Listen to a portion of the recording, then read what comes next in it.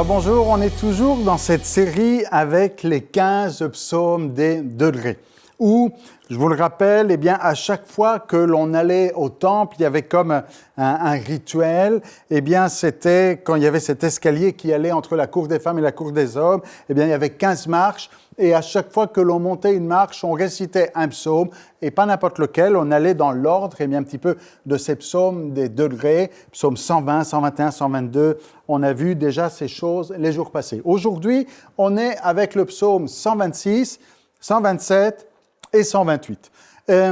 Là, on voit avec le psaume 126 que, en fait, ce recueil des psaumes n'a pas été fait à l'époque de David. On a vu, par exemple, le psaume 124, c'était un cantique de David, mais ici, dans le psaume 126, on fait référence à des temps qui sont bien après l'époque de David. Donc, on constate que la construction, la mise en ordre un petit peu de ces cantiques des degrés s'est produit bien après David, au retour de l'exil. C'est ce qui se passe ici au psaume 126 et on lit à partir du verset 1er.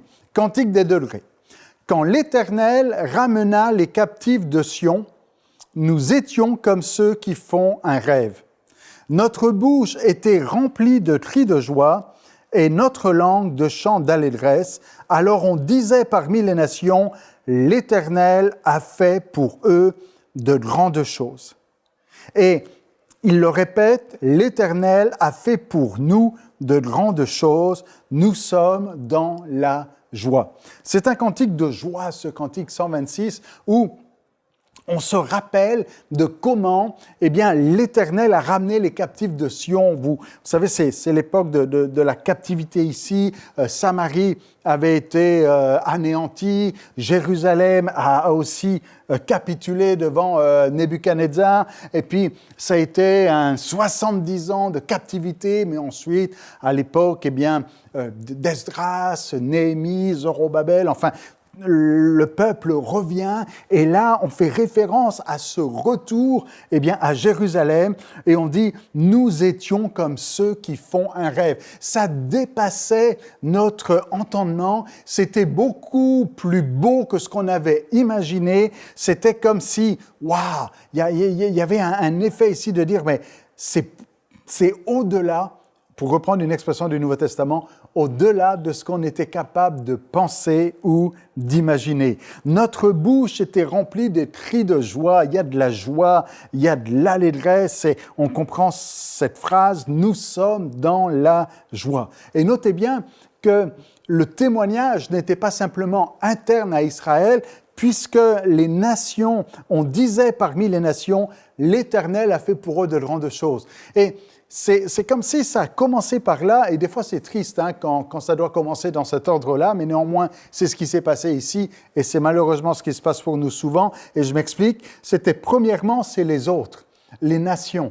Et comprenez qu'en hébreu, les nations, c'est les non-juifs. Il y a les juifs et il y a les goïms, les non-juifs, les nations. Et on disait parmi les nations, l'Éternel a fait pour eux de grandes choses.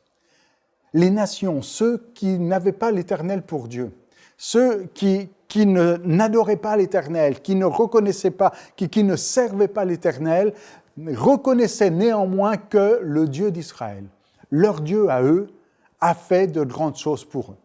Il fallait vraiment que ce soit un Dieu fort et un Dieu puissant pour les ramener de là où ils étaient.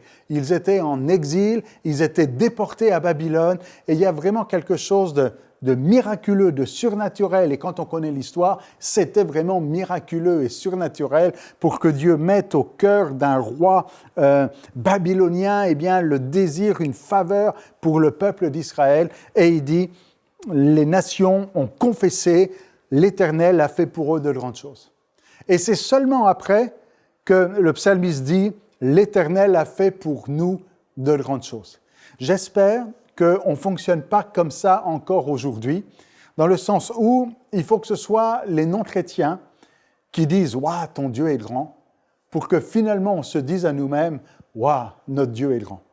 C'est sûr que quand il y a un miracle, quand il y a un prodige, et que les non-chrétiens disent « Waouh, Il s'est passé quelque chose de formidable, d'extraordinaire. Ton Dieu est puissant, ton Dieu est grand. Alors, il ne faut pas que ce soit, la conclusion soit de dire « Waouh, mon Dieu est grand parce que les autres l'ont dit ». Non, non, mon Dieu est grand parce que nous confessons, nous voyons, nous réalisons par nous-mêmes les grandes choses que Dieu a faites. Tant mieux si les nations confessent la grandeur de Dieu, mais la position de notre cœur ne doit pas dépendre de ce que les autres diraient. Et on est là dans cette conclusion, nous sommes dans la joie.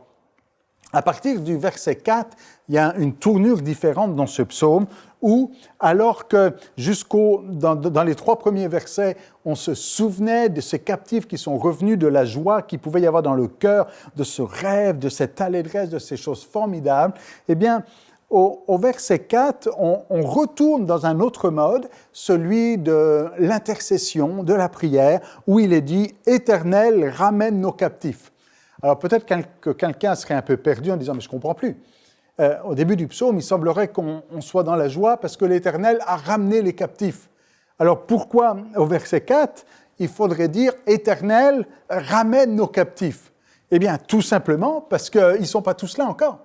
Certains captifs sont revenus, et on sait qu'il y a plusieurs vagues qui vont revenir. Eh bien, certains captifs sont revenus de déportation, mais il y a néanmoins ce cri du cœur, « Seigneur, il en reste ». On est dans la joie pour tous ceux qui ont été délivrés de la captivité, et on était comme dans un rêve, c'était formidable, ils sont revenus dans ta maison, ils sont revenus à Jérusalem, ils sont revenus dans la ville de paix, mais on se souvient de ceux qui sont restés derrière. Et si on veut moderniser ce psaume pour nous aujourd'hui, dans un monde chrétien, on va dire « Waouh, nous sommes dans la joie quand on voit toutes les personnes qui ont été sauvées. » Toutes les personnes qui ont accepté Jésus. Et vous savez, d'une église à l'autre, il y a tellement d'histoires formidables et extraordinaires. Et on peut dire, waouh, je suis sûr que vous connaissez, ou vous-même, vous avez beaucoup d'histoires à raconter, et de dire, mais c'était comme dans un rêve ce que le Seigneur a fait pour nous, et comment il nous a libérés de notre captivité, et qu'on a pu venir dans la maison. Évidemment, ça nous rappelle les 3 premiers psaumes qu'on a vus dans cette première journée de lecture, où, eh bien, on était en exil, on sort de l'exil, et puis le Seigneur a conduit le départ à l'arrivée pour nous amener à Jérusalem. C'est ce qui se passe ici, et de dire « Waouh, nous sommes dans la joie pour tous ces saluts, ces belles choses qui ont pu avoir lieu », mais on se souvient de ceux qui ne sont pas passés par là encore. On se souvient de ceux qui sont encore prisonniers. On se souvient de ceux qui sont encore captifs.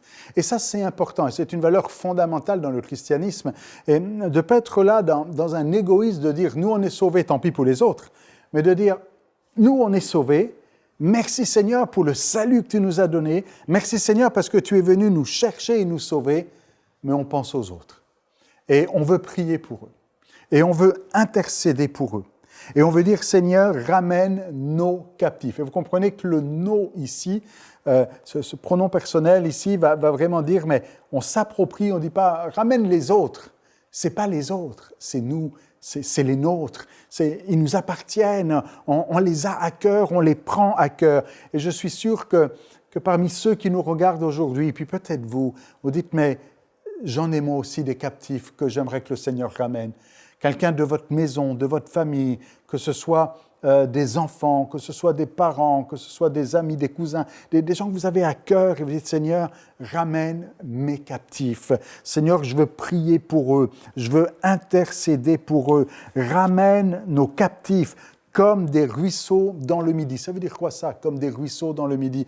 Comme dans ce temps où il y a du soleil qui frappe, de la chaleur, ramène comme un ruisseau qui vient rafraîchir, qui vient faire cet effet de wow, de fraîcheur, quelque chose qui paraît comme inconcevable. C'est pas possible que dans le temps le plus fort de la sécheresse, il y a là un ruisseau rafraîchissant, mais qu'il y ait quelque chose là, Seigneur, que tu fasses et qui nous épate comme tu l'as fait auparavant, ramène nos captifs.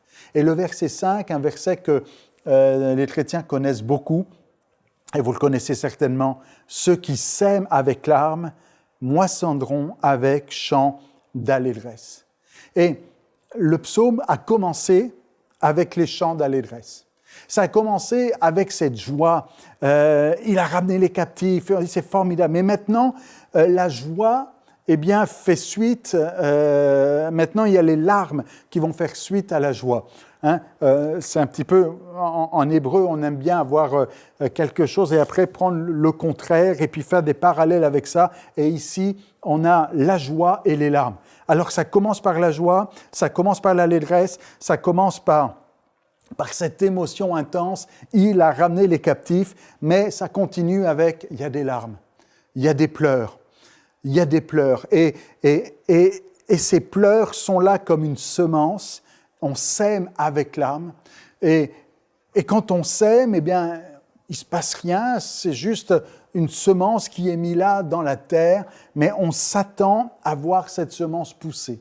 Mais avec larmes, il y a une semence. Et ça fait référence évidemment au verset 4, à cette prière éternelle, ramène nos captifs. Alors peut-être qu'aujourd'hui, il y en a plusieurs qui sèment avec larmes. Comprenez, qui prient avec larmes pour le retour des captifs, qui disent « Seigneur, ramène nos captifs, on veut les voir sauvés. Seigneur, on prie pour eux, on pleure pour eux. » Eh bien, il y a cet encouragement qui est donné dans ce psaume en disant que tes larmes, le Seigneur les voit et que cette semence avec larmes, il y a peut-être des larmes au moment où tu pries, où tu intercèdes, il y a une douleur dans ton cœur parce que tu veux voir les captifs être libérés, mais ceux qui sèment avec larmes moissonneront avec chant d'allégresse. C'est du travail que de semer. Et il y a des larmes, et il y a de la douleur, et il y a de la souffrance, mais ça vaut la peine. Ça vaut la peine. Il y a tellement de joie quand le captif revient. Et aujourd'hui, ça vaut la peine de se mettre à genoux, de prier, d'intercéder avec larmes de tout cœur et avec passion. Et on peut anticiper par la foi déjà la joie de la moisson. C'est un petit peu comme la grossesse et l'enfantement. On accouche avec larmes. Je ne sais pas, moi je n'ai pas accouché souvent, mais enfin presque, du moins par délégation, mais par procuration plutôt. Mais quand une femme met un enfant au monde, il y a des larmes, il y a de la souffrance, il y a de la douleur. Mais ça vaut la peine. Parce que la joie du nouveau-né qui est là présent, elle fait la joie des parents, on dit « Waouh, ça valait la peine ». Et de la même manière aujourd'hui, il ne faut pas dire « Non, moi je ne veux pas passer par ces temps de larmes et ces temps de semences qui sont difficiles ». Non, il faut passer par là. Et ça vaut la peine de persévérer. Ça vaut la peine de tenir bon en disant « Oui, mais c'est difficile et c'est lourd et c'est pesant ». Mais persévère, tiens bon et pense à la joie de la moisson. Celui qui marche en pleurant, quand il porte la semence, revient avec allégresse quand il porte les gerbes. Quand il porte la semence, donc ce qui va semer dans la terre, s'il marche en pleurant, quand il revient après la moisson, il revient avec joie, avec allégresse. Ça, c'est le psaume 126. Après le psaume 126, il y a le psaume 127, un cantique de Salomon. Et là, vous voyez que chronologiquement, le psaume 127 a été composé avant le psaume 126, mais on a choisi de les chanter dans cet ordre-là, non pas parce que ça correspond à notre chronologique, mais parce qu'il y a une logique, une progression dans cette montée en degrés, dans cette montée sur ces escaliers. Le psaume 127, donc, cantique des degrés de Salomon. Si l'Éternel ne bâtit la maison, ceux qui la bâtissent travaillent en vain. Si l'Éternel ne garde la ville, ceux qui la gardent veillent en vain. Et on comprend qu'il y a une logique thématique entre le psaume 126 et le psaume 127. Le psaume 126 parle de semer avec larmes et puis de récolter. Alors oui, c'est le langage de la moisson, mais un langage qu'on retrouve souvent dans le Nouveau Testament concernant l'Église. eh bien, un langage de semence, de moisson. L'apôtre Paul dit, il y en a un qui a semé, il y en a un qui a arrosé, mais c'est l'Éternel qui fait croître. Et puis il parle de moisson, de récolte. Et aussi dans le Nouveau Testament, on trouve en ce qui concerne l'Église le langage de la construction. C'est Jésus qui bâtit son Église. L'apôtre Pierre dit qu'on est des pierres vivantes. On a ce langage qui est là. Et donc on voit qu'il y a vraiment une progression thématique dans ces cantiques des degrés. Alors, dans le psaume 127, on commence par pointer du doigt une vérité capitale. Si c'est l'Éternel qui ne bâtit la maison, ceux qui la bâtissent travaillent en vain. Si l'Éternel ne garde la ville, ceux qui la gardent veillent en vain. Et regardez le verset 2, en vain, on comprend que c'est du langage un peu propre à Salomon, hein, ça ressemble à vanité des vanités. En vain, vous vous levez de bon matin, vous vous couchez tard et vous mangez le pain de douleur. Il en donne autant à ses bien-aimés pendant leur sommeil. Ceci pour dire que celui qui sème avec l'âme, s'il y a de la douleur, s'il y a des larmes, il ne s'agit pas de compter sur son propre travail et sur ses propres efforts, il s'agit de compter sur Dieu avant tout. C'est lui qui bâtit la maison. Parce que si Dieu n'est pas là au cœur et au centre, eh bien, c'est en vain que vous vous levez de bon matin, que vous vous couchez tard. Alors ici, on est dans l'analogie de la construction, hein, du bâtiment. Disons, si tu travailles fort pour construire ce bâtiment, eh bien, si Dieu n'est pas là, tu travailles pour rien. Et on pourrait faire exactement la même chose avec le psaume 126, en disant, si tu travailles fort pour la semence, s'il y a beaucoup de larmes, s'il y a beaucoup de douleur pour la semence, mais que Dieu n'est pas là au cœur de cette semence, eh bien, c'est en vain que tu te donnes de la peine, que tu te couches, que tu te lèves de bon matin, que tu te couches tard, que tu travailles toute la journée, que tu as ton pain de douleur, tout ça pour rien. Et ça doit être assez frustrant que de se dire, j'ai travaillé dur, j'ai travaillé fort. Seigneur, j'ai fait ça pour toi, j'ai fait ça pour toi, j'ai fait ça pour toi. Et que le Seigneur nous dise, tu as fait ça pour rien. Parce que ce qui est important, ce n'est pas la quantité, le nombre d'heures ou la somme de travail que l'on est capable d'accumuler, mais c'est que ce soit Dieu qui agisse au travers de nous et de laisser Dieu à la première place dans nos vies. Si l'Éternel ne bâtit la maison, en d'autres termes, ce n'est pas toi qui construis la maison, c'est Dieu qui doit bâtir la maison. Et Salomon est bien placé pour parler de la sorte.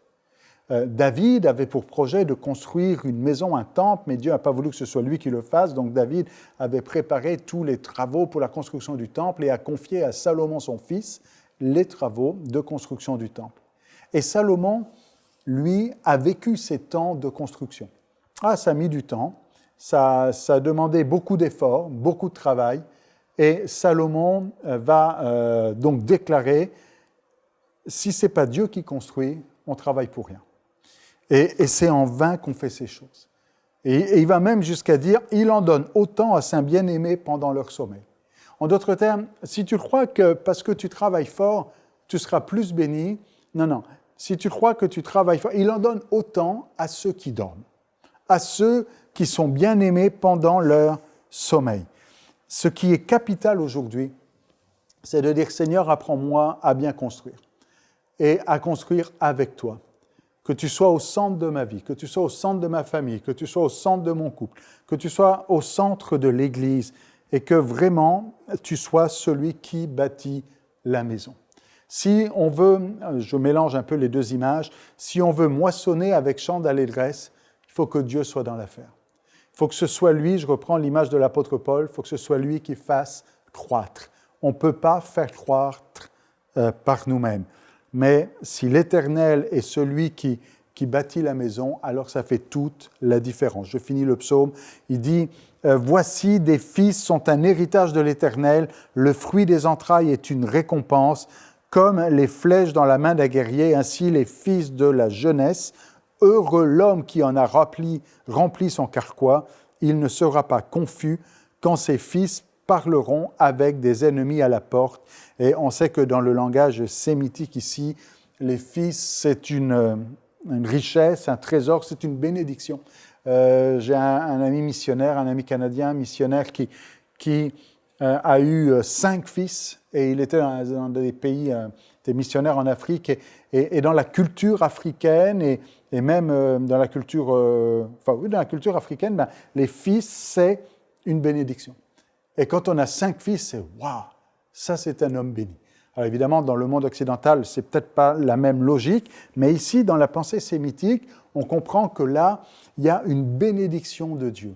Et la bénédiction de Dieu est là quand Dieu a la première place. C'est exactement ce que dit Jésus quand il dit de chercher premièrement le royaume de Dieu et sa justice et que le reste nous sera donné par-dessus.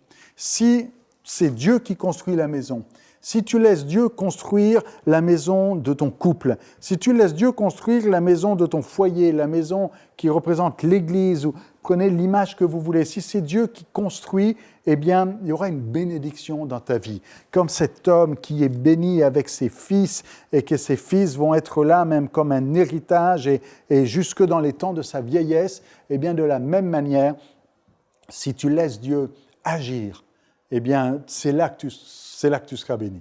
N'essaye pas de prendre le contrôle de ta vie par toi-même, n'essaye pas de construire par toi-même ou de construire ton propre salut ou de construire. On peut mettre toutes sortes d'images là-dessus et je n'ai pas le temps de développer ça, mais je vous laisse méditer là-dessus, peut-être à l'issue de cette vidéo, de cet enseignement. Prenez le temps de réfléchir en disant « Seigneur, est-ce que c'est moi qui fais ou est-ce que c'est toi qui fais ?»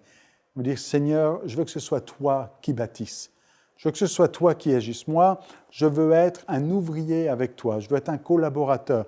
Ou en reprenant l'image du psaume 121, je veux être ce serviteur. Je veux faire ta volonté, obéir à tes ordres et te laisser agir et surtout pas arriver à la fin de notre parcours et nous entendre dire ce que tu as fait, ça a servi à rien.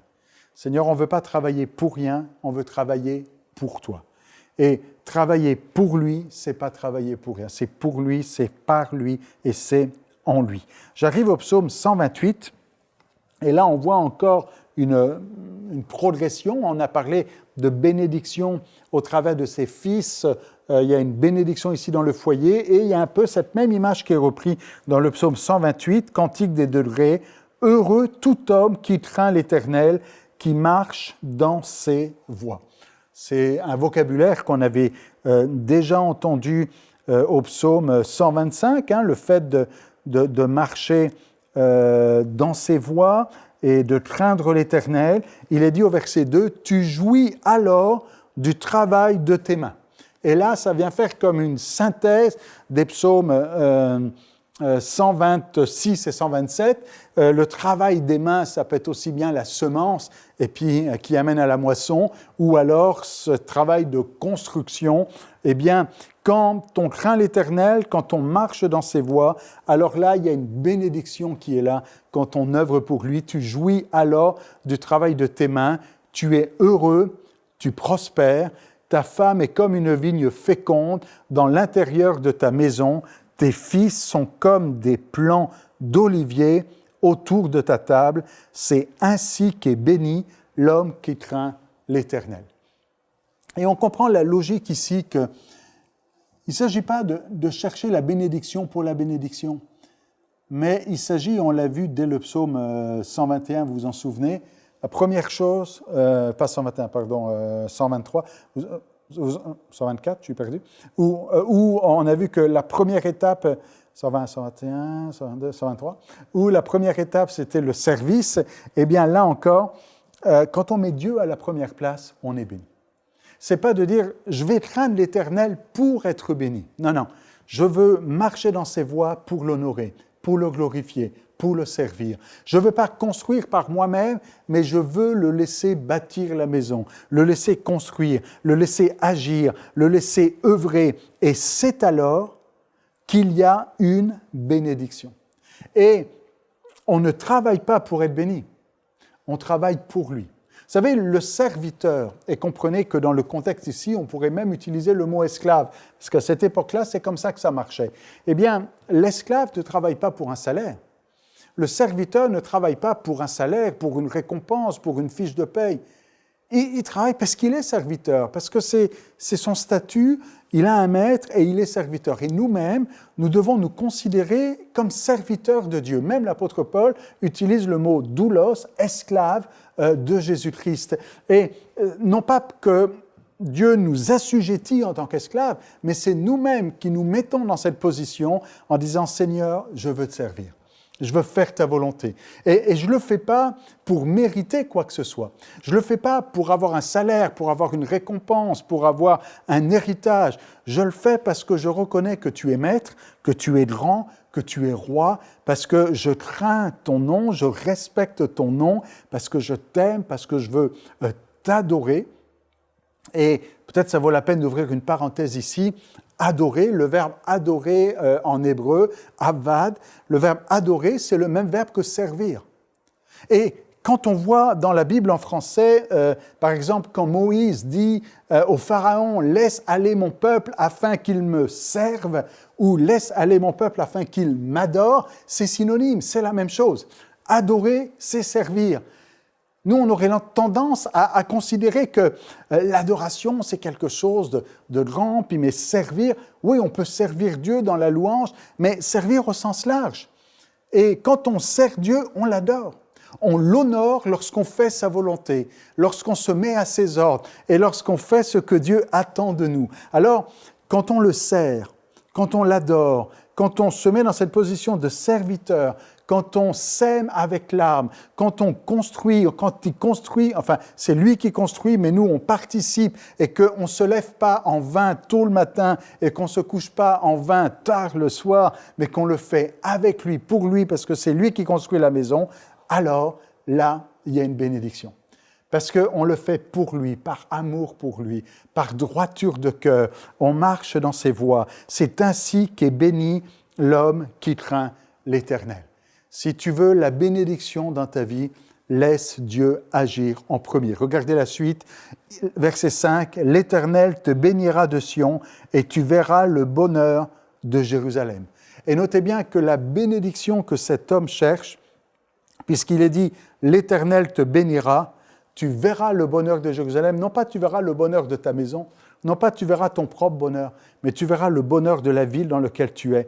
Tu verras le bonheur de ton Église, tu verras le bonheur de ta famille, tu verras le bonheur de ta ville, de ta nation, parce que c'est les captifs qui reviennent et c'est ça la joie qui fait de notre cœur.